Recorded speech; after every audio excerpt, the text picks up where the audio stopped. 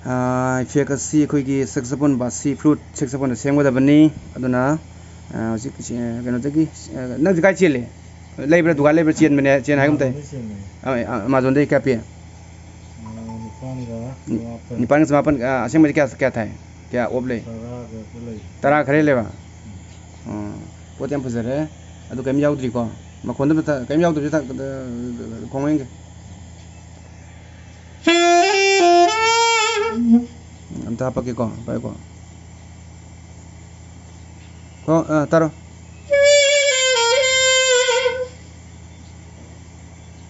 से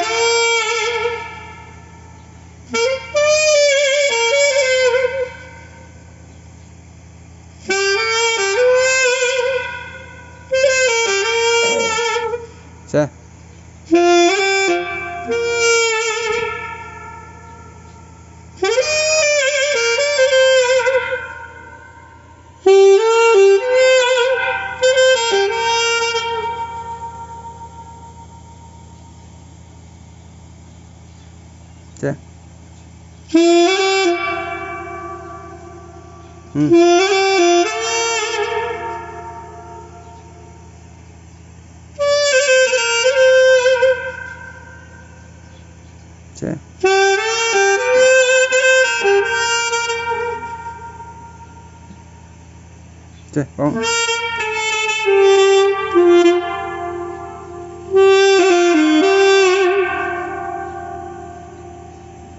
bom?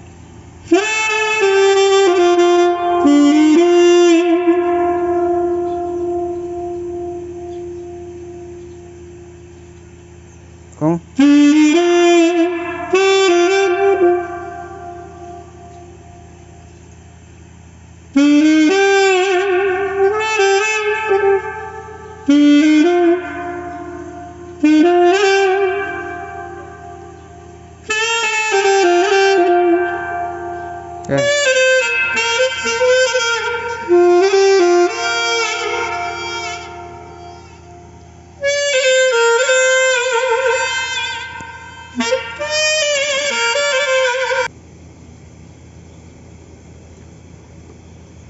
Không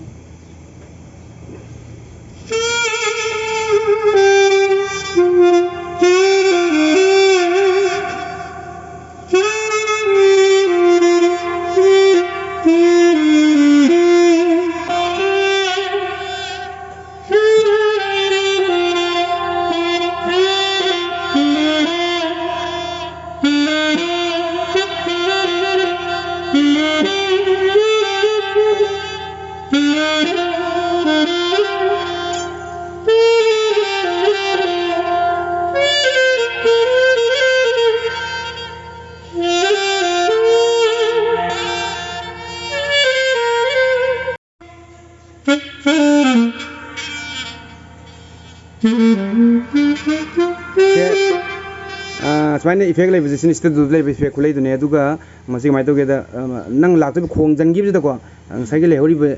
reflection jadi na, nanggi khong ibu continue khong ibu pos itu disturb tu orang kok, ada tere itu khong enggak, amat tu nanti lalu orang je, nanti lalu tu disturb tu,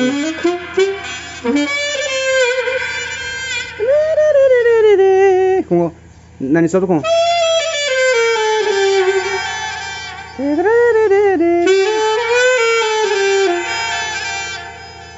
Si Mia di hele kan hai tu ni kami ndem card tau tu ni adu na masih poche nang sida kato sing tau kada ba em lai na vai tau kada keda si poche dili ni dili pimbong dili sida si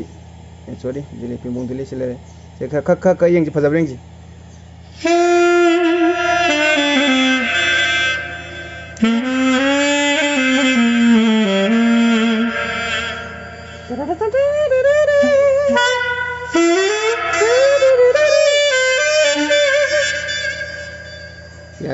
यार खले को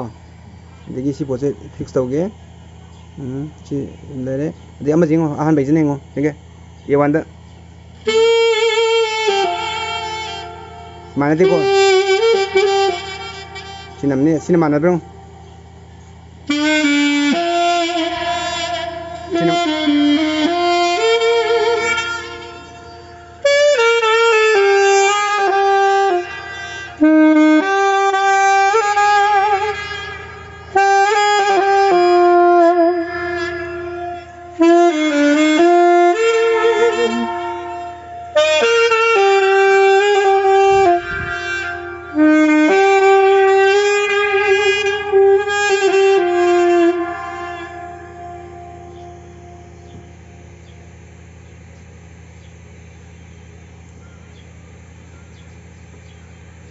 चे अमुका खो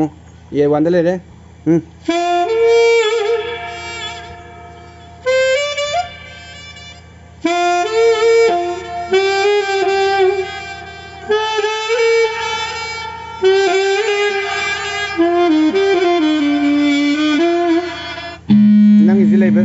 nang jilai ba kano sini nang jilai ba beng sini ko si da among sema ke ko si da sem de posina khoi gi kano tang oi ji ko si da maji duga si posi ri bab si hold thamage खरा कनो खर ले रहे knowledge कर ले रहे से हम तक काम होंगे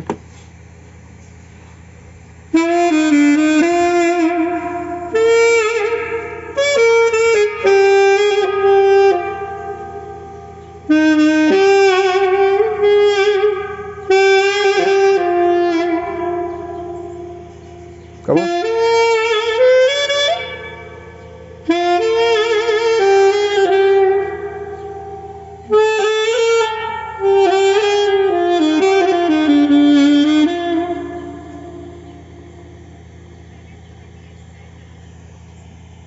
चले रहे अदुगा जिकी पोस्ट से दिल्ली में आप चले गए कौन से तारो चिन्ह अनालो कुंबा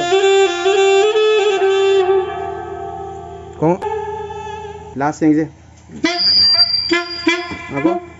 आगो वांगरे से दने आई नहीं कौन हाई वांग बिन से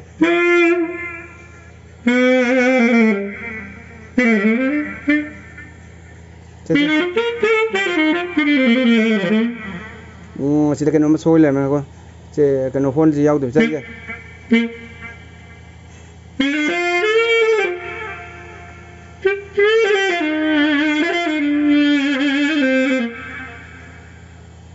chế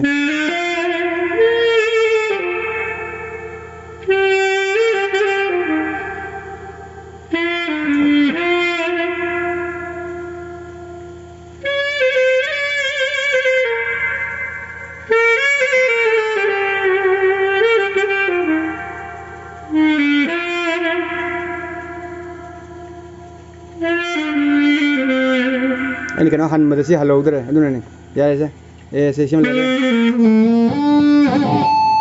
ago cómo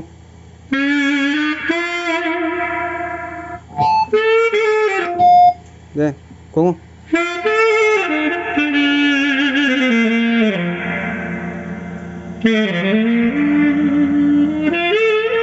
nó khơi lên cô cómo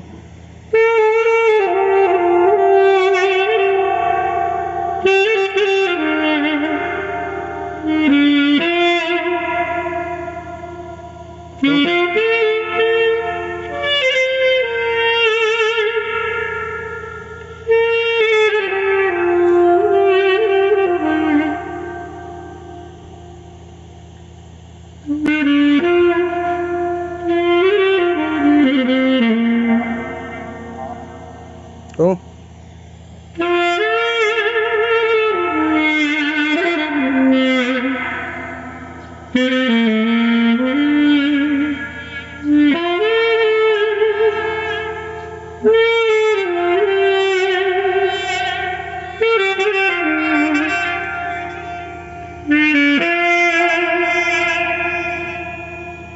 Cool.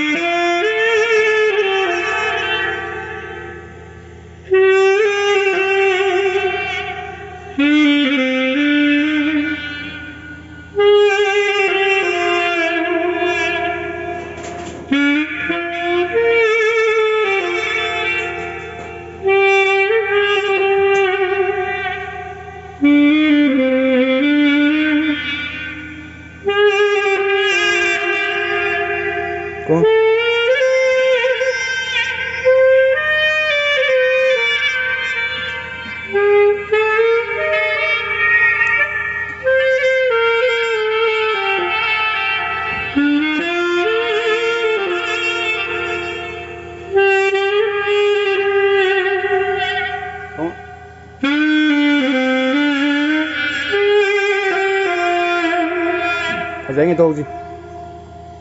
ꯐꯖꯩꯗꯣ ꯑꯝꯇꯪ ꯉꯥꯜꯂꯦ ꯐꯔꯛ ꯇꯥꯔꯅꯤ ꯑꯝꯇꯪꯒꯁꯦ ꯑꯝꯇꯪ ꯈꯣꯡ ꯉꯥꯛꯈꯣ ꯌꯦꯡꯒꯦ ꯂꯥꯁ ꯑꯣꯏꯔꯒꯦ ꯁꯣꯂꯨꯁꯟ ꯄꯤꯔꯒꯦ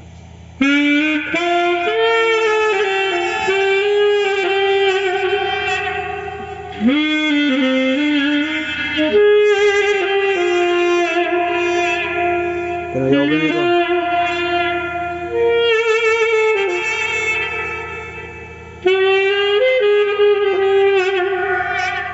कोरसे सिदा आपजरा 지금 짧아. ꯑꯩꯈꯣꯏ ꯖꯦ ꯉꯥꯅꯨ ꯑꯣꯏ ꯇꯧꯔꯦ ꯑꯩꯈꯣꯏꯒꯤ ꯀꯩꯅꯣꯗ ꯀꯔꯤꯕ ꯏꯐꯦꯛ ꯂꯣꯏꯁꯤꯜꯂꯛꯄꯒꯤ ꯑꯗꯣ ꯑꯇꯩꯗꯤ ꯎꯠꯂꯔꯣꯏꯒꯦ ꯆꯥꯛ ꯁꯤꯃꯒ ꯉꯥꯅꯨ ꯑꯁꯣꯝꯗ ꯇꯪꯈꯥꯏ ꯑꯃ ꯈꯥꯏꯗꯣꯛꯈ꯭ꯔꯦ ꯑꯗꯩ ꯑꯩꯈꯣꯏ ꯆꯥꯕ ꯊꯛꯄ ꯆꯥꯕ ꯂꯣꯏꯁꯤꯜꯂꯝꯗꯥꯏꯒꯤꯅꯤ ꯖꯦꯡ